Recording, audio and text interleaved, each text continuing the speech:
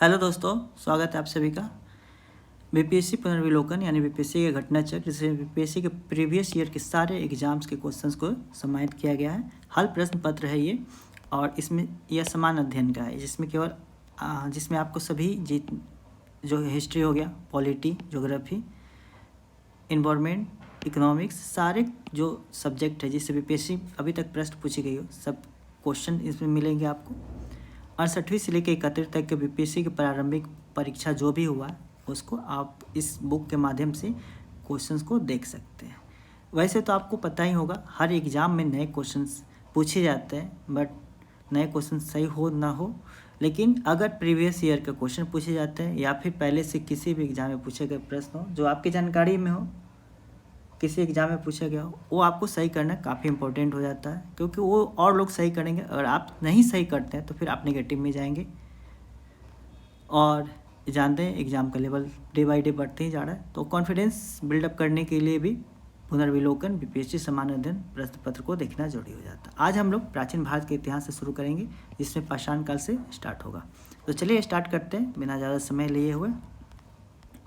चलिए प्राचीन भारत के इतिहास में पाषाण काल से स्टार्ट करते हैं। पहला प्रश्न देखिए, भारत में पशुपालन एवं कृषि के प्राचीनतम साक्ष्य प्राप्त हुए हैं। सही उत्तर हो जाएगा मेहरगढ़ से। ऑप्शन डी इसका सही उत्तर हो जाएगा। यहाँ पे देख सकते हैं आंसर भी दिया हुआ है। भारतीय उपमहाद्वीप में पशुपालन एवं कृषि के प्राचीनतम साक्ष्य मेहरगढ़ पाकिस्तान से प्राप्त हुए हैं। मेहरगढ़ पाकिस्तान में पड़ता है। नवीनतम खोजों के आधार पर भारतीय उपमहाद्वीप में प्राचीनतम कृषि साक्ष्य वाला स्थल उत्तर प्रदेश के संत कबीर नगर जिले में स्थित लोहरादेव या लोहारादेवा है। ये लाइन थोड़ा सा ध्यान से आप लोग एक बार पढ़ लेंगे। यहाँ 8000 ईसा पूर्व से लगभग 7000 ईसा पूर्व तक के मध्य के चावल के साक्ष्य प्राप्त हुए। उल्लेखनीय है कि इस नवीनतम खोज से पूर्व भारतीय उपमहाद्वीप में प्राचीनतम कृषि साक्ष्य वाला स्थल मेहरगढ़ था। यहाँ से गेहूं के साक्ष्य मिले, जबकि प्राचीनतम चावल के साक्ष्य वाला स्थल कोल्डिवा को माना जाता है। तो इस देखिए इसके सॉल्यूशन में आपको 3 चीज़ मिला है। सबसे पहले तो प्राचीनतम कृषि साक्ष्य जो पूछा गया मेहरगढ़ से, ये पुराना खोज है। अब नया नया जो खोज हुआ है, जानते हैं ये सब मिट्टी में दबे हुए हैं, दिन प्रतिदिन खुदाई चलती है, तो नए नए उपकरण भी मिलते हैं और नए नए पुरातात्विक स्रोत भी मिलते हैं।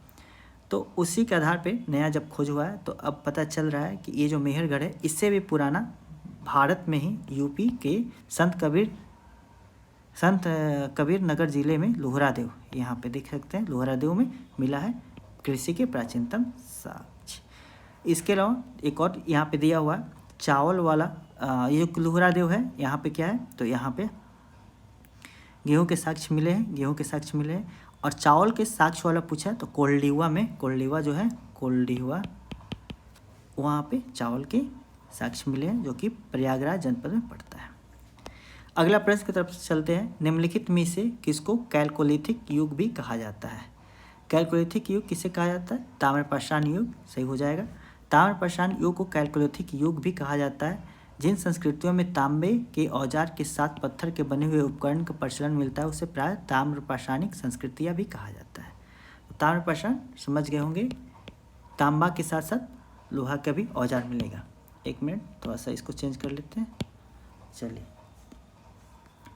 आगे बढ़ते हैं अगले प्रश्न की तरफ। तीसरा नंबर है, प्रथम मानव जीवाश्म भारत की किस नदी घाटी से प्राप्त हुआ है? नर्मदा नदी घाटी से प्राप्त हुआ है। ऑप्शन सी इसका सही हो जाएगा। देखिए मानव का जो विकास है, प्रारंभ रूप में विकास हुआ है, तो वैसी जगह पे विकास हुआ है जहाँ पे गर्मी भी पर्याप्त मात्रा में पड़ती है और बारिश भी होती है। तो नर्मदा नदी घाटी वो स्थल के लिए बहुत अच्छा जगह माना गया प्राचीन मानव विकास की, सभ्यता के विकास में। इसी कारण से इन एरिया में प्राचीनतम मानव जीवाश्म की खोज हुई है।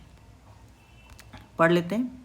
भारत में मानव जीवाश्म के सर्वप्रथम साक्ष्य नर्मदा नदी घाटी स्थित हथनौरा नामक पुरातन स्थल से प्राप्त हुआ है, जिनकी खोज भारतीय भूवैज्ञानिक सर्वेक्षण के जीवाश्म विज्ञानी अरुण सोनाकिया द्वारा 1982 में की गई थी। डेट भी पूछा जा सकता है, 1982 में किया गया था। चौथा नंबर प्रश्न है, निम्नलिखित में से किस राज्य में भीमबेटका स्थल स्थित है? भीमबेटका कहाँ स्थित है? मध्य प्रदेश। ऑप्शन बी इसका सही उत्तर हो जाएगा। भीमबेटका या भीमबेटका पूरा स्थल पूर्व पाषाण काल से मध्य ऐतिहासिक काल तक की मानव गतिविधियों का केंद्र रहा है। मध्य प्रदेश के रायसेन जिले में स्थित भीमबेटका की गुफाओं से प्रागैतिहासिक चित्रकला के सैकड़ों नमूने मिले हैं। यहाँ शैल चित्रों के प्रमुख विषय सामूहिक नृत्य, रेखांकित मानवकृति, शिकार, पशु पक्षी युद्ध और प्राचीन मानव के जीवन के दैनिक क्रियाकलापों से जुड़े हैं। अब तक लगभग 750 शिलाश्रय की पहचान की जा चुकी है, जिसमें 500 चित्र पाए गए हैं। देखिए भीमबेटका क्या चीज़ के लिए प्रसिद्ध है, तो अपना गुफा के अंदर जो पेंटिंग किया गया था ना, उसी के लिए काफ़ी इम्पोर्टेंट है, तो इस बात को भी ध्यान रखेंगे। सामूहिक नृत्य, पेंटिंग में क्या दिखा गया है, सामूहिक नृत्य, बहुत सारे लोग एक साथ डांस करते हुए उसकी रेखांकित किया गया है। रेखांकित मानवकृति, शिकार को दिखाया गया है। पशु पक्षी को दिखाया गया है। युद्ध और प्राचीन मानव के दैनिक क्रियाकलाप को भी दिखाया गया है। चलिए आगे बढ़ते हैं, मिलान करना है। चलिए डायरेक्ट मिलान करने वाला देख ही लेते हैं। नवपाषाण काल है, स्थल है और स्थलों के नाम दिया गया है। तो नवपाषाण कालीन स्थल उतनूर जो है तेलंगाना, चिरान बिहार में ही पड़ता है, गुफकराल कश्मीर में, और पायमपल्ली नाम से ही पता चला है तमिलनाडु में होगा। सही मिलान दिया हुआ देख सकते हैं आप यहाँ पर। ओके, नेक्स्ट क्वेश्चन, यह भी मिलान करना है सूची 1 को सूची 2 से। डायरेक्ट आंसर की तरफ चलते हैं। यहाँ पे आहार जो है बनास नदी के पास में, काय था काली सिंध, सवालदा ताप्ती नदी, मालवा नर्मदा नदी के किनारे पर स्थित है। चलिए अगला इसमें टॉपिक दिया हुआ है सैंधव सभ्यता और संस्कृति से प्रश्न पूछा गया है बीपीएससी के द्वारा, उसे भी देख लेते हैं। सिंधु सभ्यता निम्नलिखित में से किस युग में पड़ती है, तो सिंधु आदि ऐतिहासिक काल में पड़ती है। आदि ऐतिहासिक काल, चलिए उसके बारे में देख लेते हैं। इतिहास को जो लेखन शैली है ना, उसके आधार पर 3 भागों में बांटा गया। सबसे पहले प्राग ऐतिहासिक काल, दूसरा में आदि ऐतिहासिक काल और तीसरा में ऐतिहासिक काल। प्राग ऐतिहासिक में ना तो लेखन का विकास हुआ है, ना ही पढ़ा गया है। आदि ऐतिहासिक काल में लेखन का तो विकास हुआ है, लेकिन उसे नहीं पढ़ा गया है। और ऐतिहासिक काल में लेखन का विकास हुआ है और उसे पढ़ा भी गया है। तो इन बातों को ध्यान रखेंगे। उसी के आधार पर सिंधु सभ्यता का जो है लेखन का तो विकास हो गया था, लेकिन उसे नहीं पढ़ा गया है, आदि ऐतिहासिक काल कहा जाता है। एक्सप्लेनेशन को देख लीजिए। ऐतिहासिक काल का निर्धारण पठनीय लेखन कला के ज्ञान के आधार पर किया जाता है। लेखन कला के ज्ञान से पहले कालखंड प्राग ऐतिहासिक कालखंड होता है। भारतीय इतिहास में लगभग 3000 ईसा पूर्व से 600 ईसा पूर्व के कालखंड को आदि ऐतिहासिक काल माना जाता है। ये जो आदि ऐतिहासिक काल है, इसका टाइम पीरियड भी दिया हुआ 3000 BC से 600 BC। ठीक, सैंधव सभ्यता आदि ऐतिहासिक काल की सभ्यता है, क्योंकि यहाँ पर लेखन कला का ज्ञान तो है, परंतु अभी इसे नहीं पढ़ा जा सका है। यही बात मैंने यहाँ पे बताया। चलिए आगे बढ़ते हैं। सिंधु घाटी सभ्यता की सबसे महत्वपूर्ण विशेषता क्या है? पक्की ईंट से बनी इमारत, ये भी विशेषता है। प्रथम असली मेहराब के विकास के बारे में कोई चर्चा नहीं मिलता है। पूजा स्थल के बारे में भी कोई विशेष जानकारी नहीं मिलती है, क्योंकि वहाँ पे मंदिर ना ही देवी देवताओं के बारे में, बस पशुपतिनाथ की बात कहीं कहीं मिलती है। कला और वास्तुकला, ये भी सही है, ये भी विशेषता में। तो इस प्रकार से इसका उत्तर आयोग द्वारा ई दिया गया था, ए हो जाएगा। ऑप्शन ए और डी दोनों सही हो जाएगा। सिंधु घाटी सभ्यता की प्रमुख विशेषता नगर नियोजन को माना जाता है। यहाँ नगर और कस्बे एक निश्चित योजना के अनुसार बसाए जाते थे। पक्की ईंट से बनी इमारतों में मोहनजोदड़ो का विशाल स्नानागार, अन्नागार प्रमुख है। इनकी सतह पक्की ईंटों की है, जिसमें जिप्सम द्वारा जोड़ा जाता है। पक्की ईंटों से निर्मित इमारतें, सुनियोजित वास्तुकला, उन्नत व्यापार एवं वाणिज्य इस सभ्यता की प्रमुख विशेषताएं थी। ध्यातव्य है कि मेसोपोटामिया एवं मिस्र आदि प्राचीन सभ्यताओं की भांति हड़प्पा सभ्यता में पूजा स्थलों को स्पष्ट साक्ष्य नहीं मिले हैं। इस प्रकार से भारत में प्रथम असली मेहराब का उदाहरण बलबन के मकबरे में दिखता है। बलबन के मकबरे में प्रथम मेहराब दिखता है। विकल्प ई इसका सही उत्तर हो जाएगा। जो मैंने बताया कि वहीं इसमें एक्सप्लेनेशन में भी दिया गया। चलिए आगे बढ़ते हैं। किस शहर को मिनी हड़प्पा के नाम से भी जाना जाता है? लोथल को मिनी हड़प्पा के नाम से जाना जाता है। क्यों जाना जाता है? तो लोथल प्राचीन हड़प्पा यानी कि सिंधु सभ्यता के सबसे दक्षिण शहरों में से एक है। इसे मिनी हड़प्पा के नाम से भी जाना जाता है। यह आधुनिक गुजरात में स्थित है। इसका प्रारंभिक उत्खनन प्रोफेसर एस राव के निर्देशन में हुआ था। तो हड़प्पा कहाँ है? तो गुजरात में स्थित है और इसे मिनी हड़प्पा के नाम से भी जाना जाता है। आगे भी क्वेश्चन मिलेंगे, उसमें आपको मिल जाएगा हड़प्पा को क्यों कहा जाता है। चलिए यही मिल गया। नेक्स्ट क्वेश्चन देखिए, हड़प्पा से जुड़ा हुआ। निम्नलिखित में से कौन सा एक हड़प्पा का बंदरगाह है? लोथल, जो कि गुजरात में स्थित है, और यह हड़प्पा संस्कृति का एक बंदरगाह भी था। हड़प्पियन नगर लोथल गुजरात के अहमदाबाद जिले के भोगवा नदी के किनारे स्थित है। यह नदी ध्यान में रखेंगे, भोगवा नदी हड़प्पा उसी के किनारे बसी हुई थी। तो यह क्वेश्चन भी पूछा जाता है। खोजकर्ता क्या है, कौन है? तो यहाँ पे देखिए एस राव, इनका भी नाम याद रखेंगे, और भोगवा नदी के किनारे ये भी ध्यान में रखेंगे। यह एक हड़प्पा कालीन बंदरगाह था। यहाँ से गोदीवाड़ा के साक्ष्य प्राप्त हुए हैं। चलिए आगे बढ़ते हैं। 5वां नंबर प्रश्न देखिए, निम्नलिखित में से कौन सा हड़प्पा कालीन स्थल गुजरात में स्थित है? लोथल, ऊपर में इसका एक्सप्लेनेशन दिया हुआ।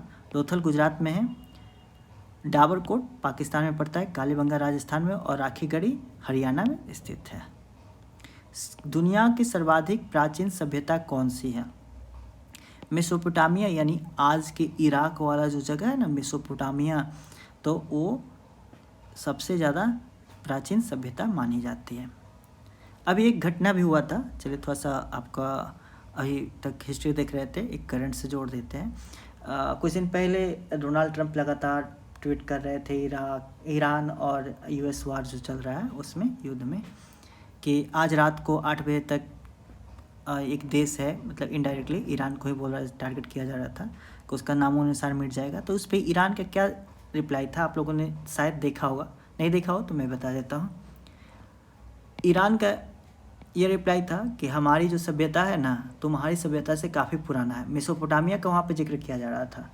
हालांकि मेसोपोटामिया जो है वो उसकी संस्कृति अलग थी, और आज के ईरान का जो संस्कृति है बिल्कुल मैच नहीं करता, बट फिर भी उसको वो लोग पूर्वज के रूप में ही देख रहे थे। अभी कोट कर रहे थे, हमारी सभ्यता तुम्हारी सभ्यता से बहुत पुरानी है, हम लोग मेसोपोटामिया से चले आ रहे हैं। तो इससे भी जोड़ सकते हैं। चलिए, मेसोपोटामिया सभ्यता को दुनिया के सबसे प्राचीन सभ्यता माना जाता है। यह सभ्यता वर्तमान इराक और उसके आसपास के क्षेत्रों में विकसित हुई थी।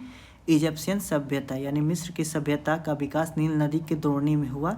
यह मेसोपोटामिया सभ्यता के बाद की मानी जाती है। ठीक है, चलिए आगे बढ़ते हैं। निम्नलिखित में से कौन सा जानवर सिंधु घाटी सभ्यता के लोगों को नहीं पता था? नहीं पता था, अक्सर एग्जाम में जो नहीं वाला रहेगा ना उसको ध्यान रखेंगे, क्योंकि नहीं वाला में हड़बड़ी में हम लोग पहला ऑप्शन मिला रहे यही तो आंसर है, फिर वहीं गलती कर देंगे। हाँ, एक और बात आप लोग बता दें कि इस बार बीपीएससी पहले ही नोटिफिकेशन दे चुकी है, एक जानकारी भी दिया गया है। बीपीएससी में इस बार कितने ऑप्शन रहेंगे? तो पुनः 5 ऑप्शन रहेंगे। 5 ऑप्शन में A, B, C, D और E रहेगा। तो आप E जो ऑप्शन रहेगा उसकी विशेषता आप लोग को पता चल गया होगा, नहीं होगा तो मैं बता देता हूँ। A, B, C, D तो नॉर्मल ऑप्शंस रहेंगे। हो सकता है D इनमें से कोई नहीं भी हो सकता है, या इनमें से एक से अधिक भी हो सकता है, उसके बारे में कोई विशेष अभी जानकारी नहीं दिया गया। लेकिन 5वां जो ऑप्शन होगा ना, आपको जो एक क्वेश्चन छोड़ना है कि मैं इसको स्किप कर रहा हूँ, मैं इसको छोड़ रहा हूँ, मैंने इसको अटैम्प्ट नहीं लिया हूँ, यानी नॉट अटैम्प्ट के लिए आपको ई पे कलर करना होगा। ठीक, अगर आप नहीं करते हैं तो यानी कि आपका 1 जो नेगेटिव है वो क्वेश्चन नेगेटिव में चला जाएगा। तो यानी कि आपको अब कलर करना कितने, टोटल 150 के 150 क्वेश्चंस आपको कलर करने ही होंगे। अगर आप नहीं करते हैं तो आपका एक क्वेश्चन नेगेटिव हो जाएगा। तो इस बात को भी ध्यान रखेंगे, और प्रैक्टिस जो करेंगे, जो भी टेस्ट सीरीज आप दे रहे हैं, जहाँ भी दे रहे हैं, हालांकि कोचिंग वाला अपने आप को उस लेवल से मॉडिफाई कर लेंगे, होप ऐसा ही होगा। तो उस बात को भी ध्यान रखेंगे कि अब आपका समय 10 मिनट एक्स्ट्रा लगने वाला है। ठीक, चलिए, और समय के साथ आप इसको भी अडॉप्ट कर लेंगे। थोड़ा सा नया लग रहा है तो इसलिए हम भी मेरा भी सर चकरा गया था कि क्या करने जा रहा है बीपीएससी, लेकिन देखिए अच्छा ही होगा। हाँ, ये क्वेश्चन पे आते हैं। निम्नलिखित में से कौन सा जानवर सिंधु घाटी सभ्यता के लोगों को नहीं पता था? नहीं पता था, घोड़ा के बारे में नहीं जानकारी मिली है। चलिए इसके बारे में बीपीएससी क्या एक्सप्लेनेशन दिया है और बुक है उसके बारे में क्या कहता है, एक लंबा चौड़ा एक्सप्लेनेशन दिया हुआ है। प्रश्नगत विकल्प में सिंधु घाटी सभ्यता के लोगों को बैल तथा हाथी की जानकारी थी, परंतु घोड़े का अस्तित्व के विषय में विद्वानों में मतभेद है। कुछ जो साइंटिस्ट कुछ हिस्टोरियन जो है वो कहते हैं कि घोड़ा नहीं था, कुछ लोग बोलते हैं घोड़ा था। हड़प्पा के विभिन्न स्थलों से प्राप्त अस्थियां गदखूर की है या पालतू घोड़े, इसका नाम भी दिया हुआ है कि है। यह निश्चित कर पाना कठिन है, मतलब कुछ हड्डियाँ मिली है तो वो पता नहीं चल रहा है कि वो गदखूर मतलब गधा का ही एक प्रजाति होता है या घोड़ा का है, उसके बारे में पता नहीं चल रहा। रंगपुर, राना गुंडई, लोथल, सुतकोतता, कुंतासी एवं कालीबंगा से अश्व या उसी प्रजाति के अन्य जातियों के अवशेष के साक्ष्य प्राप्त हुए। सैंडोर बोकुयोई के द्वारा सुतकोटता से प्राप्त तथाकथित अश्व अवशेषों में 6 को लगभग 2000 ईसा पूर्व के आसपास के समय अर्थात 3री शताब्दी ईसा पूर्व के अंतिम भाग के मध्य का वास्तविक अश्व अवशेष बताया गया है। वर्ष 1974 में ASI KP जोशी तथा AK शर्मा ने यहाँ से 2100 से 1700 ईसा पूर्व के मध्य प्रत्येक स्तर की अश्व अस्थियां प्राप्त होने का प्रतिवेदन किया है। यद्यपि रामशरण शर्मा, रोमिला थापर, मेंडो आदि इस तथ्य को नहीं मानते। इसी प्रकार ब्रिगेडियर E.J. रॉस द्वारा राना गुंडई के प्रारंभिक स्थल से जो घोड़े के दांत बताए गए हैं उसे जोनर महोदय अप्रमाणिक मानते हैं। मतलब कुछ लोग मानता है कि हाँ ये घोड़ा का दांत है, तो कुछ लोग बोलते हैं कि नहीं ये तो घोड़ा का दांत है ही नहीं, ये तो दूसरे जंतु का दांत है, क्योंकि कोई आदमी ना ही उसका कोई पूर्ण साक्ष्य मिलता है, जो भी मिलता है तो स्थल से ही पुरातत्विक खुदाई में ही मिलता है। अतः घोड़े के विषय में यह कहना समीचीन हुआ कि हड़प्पा सभ्यता में इसके अस्तित्व को पूर्ण रूप से नकारा नहीं जा सकता, यद्यपि इसका उपयोग अत्यंत सीमित रहा होगा। बिहार लोक सेवा आयोग ने इसका उत्तर बी को माना है, बी यानी घोड़ा को माना है बीपीएससी, तो बीपीएससी माने। देखिए क्वेश्चन भी कब पूछा गया, तो जस्ट सेक्शन 9 में ही पूछा गया था, 2023 में पूछा गया था।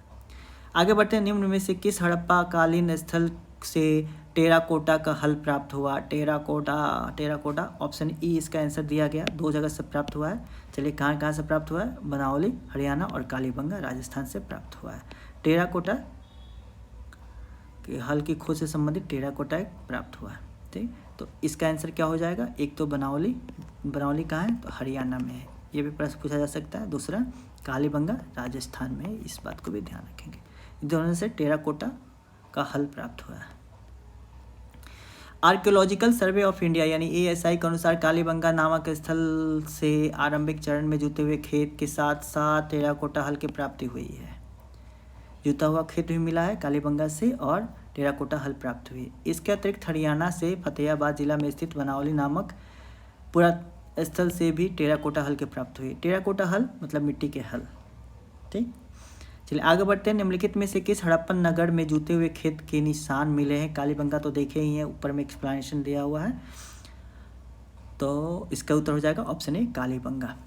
हरियाणा के फतेहाबाद जिले में स्थित बनावली से पक्की ईंट की बनी हुई हल की प्रतिकृति मिली है। खंबात की खाड़ी यानी भोगवान नदी के किनारे स्थित स्थल से गोदीवाड़ा के साक्ष्य मिले हैं। ठीक, राजस्थान के हनुमानगढ़ जिले में घग्गर नदी के किनारे स्थित कालीबंगा से जुटे हुए खेत के साक्ष्य मिले हैं। गुजरात के धोलावीरा से हड़प्पा लिपि के बड़े आकार के 10 चिन्हों वाला एक लकड़ी का साइन बोर्ड मिला है। देखिए बीपीएससी प्रश्न पूछा जाता है, इसलिए तो आपको पढ़ना पड़ेगा। अगर प्रश्न नहीं पूछता तो घटना चक्र में आता ही नहीं। तो अगर आपको थोड़ा सा भी बोरिंग लग रहा हो तो फिर भी पढ़ना तो पड़ेगा दोस्त, इसके कोई अल्टरनेट नहीं है और मैं भी कुछ नहीं कर सकता हूँ, क्योंकि बुक में दिया हुआ है, मुझे भी पढ़ना है, आप लोग को भी कवर कराना है, तो मैं पढ़ रहा हूँ। बोरिंग लगे कुछ भी लगे, आप लोग को पढ़ना है तो पढ़ना है। ठीक,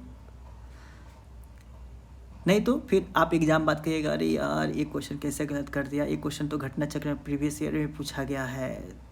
उस अफसोस से बचने के लिए अभी से आप मेहनत करना शुरू कीजिए, पूरा इंटरेस्ट लेकर पढ़िए। चलिए आगे बढ़ते हैं। किस हड़प्पा स्थल में हमें जुते हुए खेत के साक्ष्य मिलते हैं? कालीबंगा, बार बार यही प्रश्न मिला। निम्नलिखित में से कौन हड़प्पा और मोहनजोदड़ो के उत्खनन से संबंधित नहीं थे? VA स्मिथ उत्खनन से संबंधित नहीं थे। चलिए 1921 में दयाराम साहनी ने हड़प्पा का बृहद स्थल का उत्खनन कार्य किया। अच्छा, ये जो लाइन है ना, इसके बाद में हम थोड़ा सा बात करेंगे। बृहद स्थल पर उत्खनन कार्य प्रारंभ कराया 2627 से 3334 ईस्वी के मध्य माधव स्वरूप वंश हड़प्पा के उत्खनन कार्य से संबंधित रहे। मतलब पहले दयाराम साहनी ने स्टार्ट किया और फिर माधव स्वरूप वंश भी उनसे जुड़ गया। मोहनजोदड़ो का खोज सर्वप्रथम 1922 में राखालदास बनर्जी किए थे। 1921 1922 2 ईयर याद रखेंगे। इसके पुरातात्विक महत्व की ओर ध्यान आकर्षित किया। इसके अतिरिक्त कुछ अन्य विद्वान K N. Dikshit, Ernest Mackay, Aurel Stein, A N. Ghosh, J P. Joshi आदि ने भी सभ्यता की खोज में महत्वपूर्ण योगदान दिया। अतः स्पष्ट है कि वी. स्मिथ हड़प्पा सभ्यता की खोज से संबंधित रहे, जबकि इंडियोलॉजिस्ट एवं इतिहासकार के रूप में प्रतिष्ठित रहे। तो वी. स्मिथ के बारे में क्या है, हड़प्पा खोज से संबंधित नहीं रहे और बल्कि क्या है, तो इंडियोलॉजिस्ट एवं इतिहासकार के रूप में, इतिहासकार तो है लेकिन ये हड़प्पा खोज से संबंधित है। अच्छा, ये जो स्टार्टिंग में मैंने बताया था ना, ये 1921 वाला, तो हड़प्पा कहा जाता है ना कि इस जो पूरा स्थल है सिंधु घाटी सभ्यता, उसको हड़प्पा सभ्यता क्यों कहा जाता है। तो इतिहास में एक चीज़ को, पैटर्न को फॉलो किया जाता है, वो क्या है कि अगर किसी चीज़ को खोजा जाता है, सबसे पहले जिसकी खुदाई होती है, सबसे पहले जिसकी खोज होता है, उसी के नाम पे पूरी सभ्यता दिया जाता है। तो सबसे पहले हड़प्पा की खोज हुआ था, मोहनजोदड़ो के बाद में खोज हुआ था। या फिर सबसे बड़ा अगर आप देखेंगे तो राखीगढ़ी माना जाता है सबसे बड़ा है अब, ठीक। तो उसके नाम पे नहीं पड़ेगा। सबसे पहले जो 1921 में दयाराम साहनी जी ने खोज किया था हड़प्पा का, तो उसी के नाम पे पूरा संस्कृति का नाम पड़ा है। चलिए, 1921 में किसका है, तो हड़प्पा का है। 1922 में किसका है, तो मोहनजोदड़ो का है। अगर आपको कंफ्यूज होता है तो H पहले आता है और M अल्फ़ाबेट में बाद में आता है, ठीक। और हड़प्पा, चूँकि दोनों आदमी का नाम देखिए तो दयाराम साहनी है और दूसरे में क्या, राखालदास बनर्जी, तो D पहले आता है और राखालदास बनर्जी में R बाद में आता है। तो इस प्रकार से आप देख सकते हैं, दोनों में कोई कन्फ्यूजन नहीं होना चाहिए। 1921 पहले आएगा और हड़प्पा मोहनजोदड़ो में H पहले आएगा और D पहले आएगा राखालदास बनर्जी में और दयाराम साहनी में, ठीक। चलिए आगे बढ़ते हैं।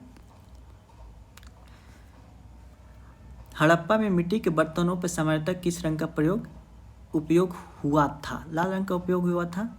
हड़प्पा निवासी मिट्टी के बर्तनों के व्यापक पैमाने पे निर्माण करते थे, जिन पे लाल रंग के साक्ष्य प्राप्त होते हैं। हड़प्पा सभ्यता में मिट्टी के बर्तनों को बनाने में मिट्टी के चाक का प्रयोग किया जाता था। डिजाइन के आधार इन बर्तनों को 2 श्रेणियाँ थी, एक तो बिना डिजाइन वाले बर्तन, दूसरा चित्रित मृदभांड। मृदभांडों को बनाने वाली मिट्टी के रेत का मिश्रण कहा जाता था, जिनको पकाने में यह हल्के भूरे लाल रंग की रूप ग्रहण कर लेती थी। इन मृदभांडों के ऊपर हिस्सों में लाल रंग की पुताई कर दी जाती थी और निचले हिस्से में काले रंग के विभिन्न प्रकार की चित्रकारी किया जाता था। मृदभांड जानते हैं, मिट्टी के बर्तन को मृदभांड कहा जाता है और उस पर किस रंग का प्रयोग किया जाता था, लाल रंग का प्रयोग किया जाता है। ऊपरी हिस्सों पे लाल रंग और निचले हिस्से में काला रंग का भी प्रयोग किया जाता था, चित्रकारी भी किया जाता था। IIT खड़गपुर के अध्ययन दल की रिपोर्ट के अनुसार लगातार कितने वर्षों तक न के बराबर वर्षा का होना सिंधु घाटी सभ्यता का पतन का कारण रहा था। ऑप्शन डी इसका सही हो जाएगा, 900 वर्ष। 64वें यूपीएससी में प्रश्न पूछा गया था, शायद उस समय यह करंट के क्वेश्चन भी होगा, तो करंट प्लस हिस्ट्री में एक क्वेश्चन आ गया होगा, हिस्ट्री में दिया हुआ है। तो IIT खड़गपुर के अध्ययन रिपोर्ट के अनुसार 900 वर्षों तक बारिश न होना सिंधु घाटी सभ्यता। अलग अलग जो विद्वान है, अलग अलग मत है कि कोई बोलता है कि आगजनी के कारण से, कोई बोलता है कि बाढ़ के कारण से, कोई बोलता है बारिश न होने के कारण से, कोई बोलता है महामारी के कारण से इस सभ्यता का अंत हुआ। अब पता नहीं, आगे देखिए और भी खोज होता है तो क्या क्या हम लोग को मिलता है, इसी के बारे में एक्सप्लेनेशन दिया हुआ देख सकते हैं। चलिए वैदिक काल के भी क्वेश्चन देख लेते हैं, समय है अभी काफ़ी। निम्नलिखित में से कौन एक ऋग वैदिक युग से संबंधित नहीं है, नहीं के बारे में पूछा गया, ठीक।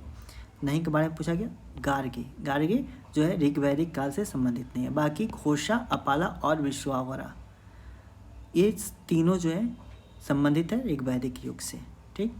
अब गार्गी का याद कैसे रहेगा, तो याद रखेंगे गार्गी क्या है, जी जो है वो ऋग वैदिक से संबंधित नहीं है। ठीक। बाकी घोषापाला और विश्वासवरा ये तीनों ऋग्वैदिक से। गार्गी कहाँ है? तो गार्गी उत्तर वैदिक काल से दार्शनिक है, न कि ऋग्वैदिक काल की। आगे नेक्स्ट क्वेश्चन देखिए, प्रारंभिक वैदिक काल के दौरान कौन सा शहर प्राचीन मगध साम्राज्य की राजधानी के रूप में कार्य करते थे? ऑप्शन बी राजगिरी इसका सही उत्तर हो जाएगा। राजगिरी यानी कि राजगिरी या राजगीर, आज के राजगिरी, इसको देखिए, प्रारंभिक वैदिक काल के दौरान राजगिरी, वर्तमान में राजगीर, प्राचीन मगध साम्राज्य की राजधानी के रूप में कार्य करता था। मगध का पहला राजवंश बृहदत्त वंश था। बृहदत्त का उल्लेख ऋग्वेद से प्राप्त होता है। ऋग्वेद में कौन सा मंडल पूर्णतः सोम को समर्पित है? सोम को समर्पित है 9वां मंडल, 9 जो है सोम को समर्पित है। ऋग्वेद में कुल 10 मंडल है। 9वां मंडल के सभी 114 सूक्त सोम को समर्पित है। सोम आर्यों का मुख्य पेय था, जिसे मुंजवर चोटी से प्राप्त किया जाता था। ऋग्वेद के 10वें मंडल के चारों वर्णों की उत्पत्ति का उल्लेख मिलता है। तो कुल कितने मंडल हैं? 10 मंडल है। 9वां मंडल जिसमें है उसमें सोमरस कहा जाता है। आज के जो मतलब कुछ लोग उसे शराब से भी जोड़ के देखते हैं, मदिरा से भी जोड़ के देखते हैं कि सोमरस उसी को कहा जाता था। हालांकि वनस्पति से बनता था सोम, और मुख्य पेय था उसी से संबंधित 114 सूक्त सोम से संबंधित था। नेक्स्ट है, ऋग्वैदिक संहिता का 9वां मंडल पूर्णतः किसको समर्पित है? ऑप्शन डी इसका सही उत्तर रहेगा सोम और इससे पेय पर नामाकृत देवता। ऊपर वाला एक्सप्लेनेशन आप देख सकते हैं। नेक्स्ट है 5वां नंबर क्वेश्चन, गायत्री मंत्र किस पुस्तक में मिलता है? ऑप्शन सी ऋग्वेद में मिलता है। गायत्री मंत्र ऋग्वेद में मिलता है। गायत्री मंत्र ऋग्वेद में उल्लेखित है। इसके रचनाकार विश्वामित्र है। यह मंत्र ऋग्वेद के 3 मंडल में वर्णित है। यह सवेतु यानी सूर्य देवता को समर्पित है। गायत्री मंत्र तो ऋग्वेद में मिलता है और इसके रचनाकार विश्वामित्र को माना जाता है। नेक्स्ट है, किस काल में अछूत की अवधारणा स्पष्ट रूप से उदित हुई थी? ऑप्शन डी धर्मशास्त्र के समय अछूत की धारणा स्पष्ट रूप से उदित हो गई थी।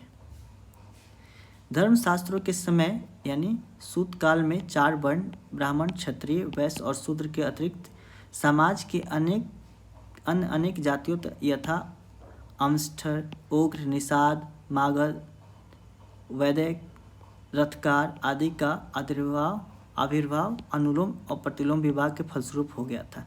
पाणिनि ने 2 प्रकार के शूद्रों का उल्लेख किया है, निर्वसित और अनिर्वसित। इसमें पहले प्रकार के शूद्र को अस्पृश्य माने जाते थे।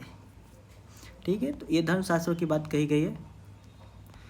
और क्वेश्चन जो पूछा गया था, अछूत की अवधारणा धर्मशास्त्र के समय से शुरू हो गई थी। नेक्स्ट क्वेश्चन है, भारतीय उपमहाद्वीप में लोहे का प्रयोग कब शुरू हुआ? ऑप्शन ई इसका उत्तर हो जा रहा है। देखिए इसमें दिया हुआ है प्राय 9000 ईसा पूर्व, प्राय 12000 ईसा पूर्व, प्राय 6000 ईसा पूर्व। हालांकि हम लोग जानते हैं कि जो ऋग्वैदिक काल के बाद से जब उत्तर वैदिक काल में जब आते हैं, उत्तर वैदिक काल में आते हैं तो उस टाइम में लोहा की प्रयोग शुरू हो गया था। और ऋग्वैदिक काल का आपको पता होगा 1500 BC से 600 BC के बीच में वैदिक काल है 600 BC। ठीक, लेकिन 1500 से 1000 जो BC है वो ऋग्वैदिक काल है, और 1000 से लेके 600 BC तक जो है वो उत्तर वैदिक काल माना जाता है। देखिए यहाँ पे एक्सप्लेनेशन दिया हुआ है, भारतीय उपमहाद्वीप में लोहे का प्रयोग का प्रारंभ के विषय में विद्वानों में मतभेद है। कुछ विद्वान का मत है